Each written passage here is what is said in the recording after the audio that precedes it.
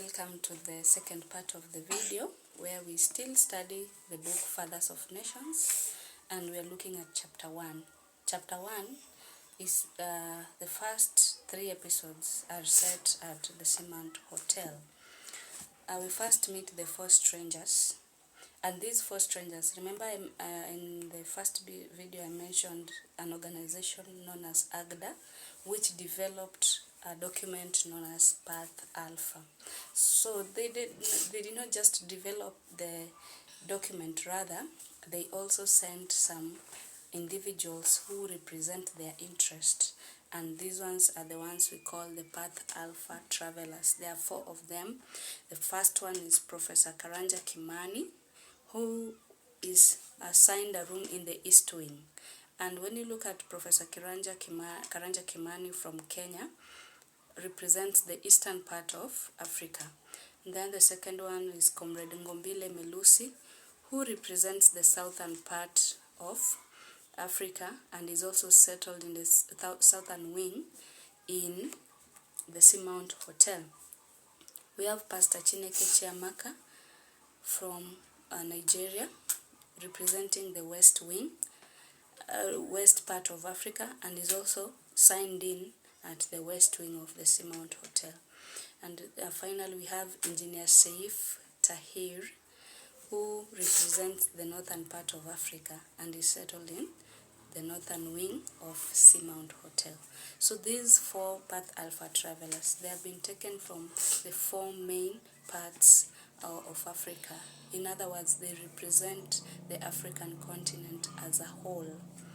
So these 4 strangers are lodged in at the Seamount Hotel at different times, and in chapter 1 they get a call, each of them, from someone who identifies himself as the guide, giving them instructions on the briefcase. I believe if you read it there, you will see it. And then the second episode of course is where they get the call. We move to the 3rd episode, where we meet Dr. Afolabi, who is involved in an interview with Fiona Mackenzie.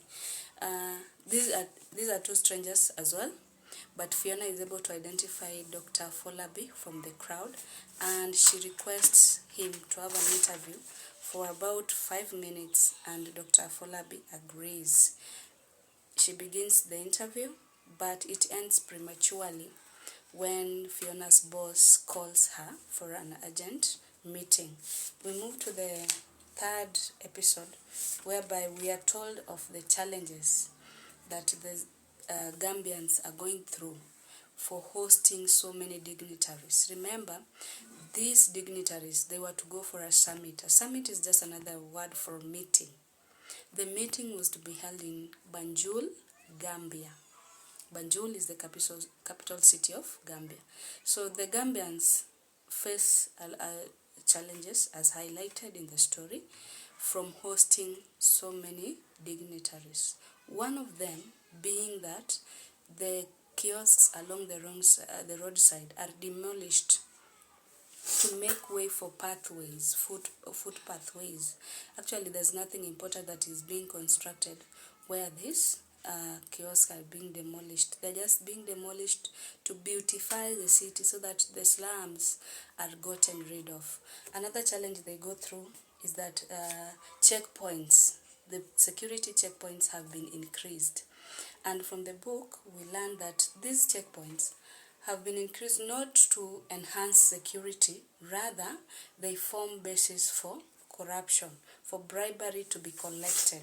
So that is one of the challenges, among the challenges that Gambians go through. Another main challenge is that the water has all been channeled to one point, where a water fountain has been built to mesmerize. To mesmerize is just to impress or to wow the visitors. So the common citizens are suffering from lack of water, not because there's any drought or anything, but because all the water channel is channeled to one direction, where a water fountain is erected to entertain the dignitaries who are in Banjul.